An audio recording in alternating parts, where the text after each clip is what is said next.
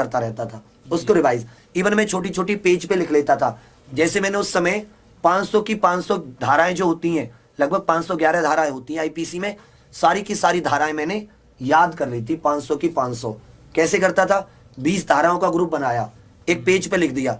अब यदि मैं खाना खा रहा हूं तो सामने रख दी।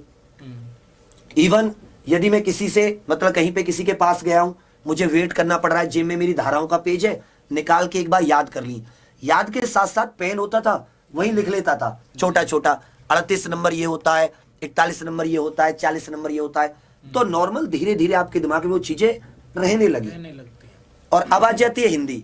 तो हिंदी के लिए मैंने कोई ऐसा मतलब, हिंदी तो मैंने लास्ट 1 मंथ में तैयारी की थी, और मुझे इसका अफसोस भी है कि हिंदी में मेरी सबसे ज्यादा गलत हुए, 7 से 8 क्वेश्चन।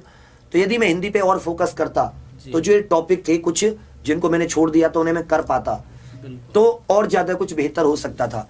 तो मेरा इसमें एक ही कहना है कि आप एक सब्जेक्ट का एक टाइम बनाओ। पहली बात सुन लीजिए, एक सब्जेक्ट का एक टाइम, उस सब्जेक्ट को उतना टाइम डेली दो।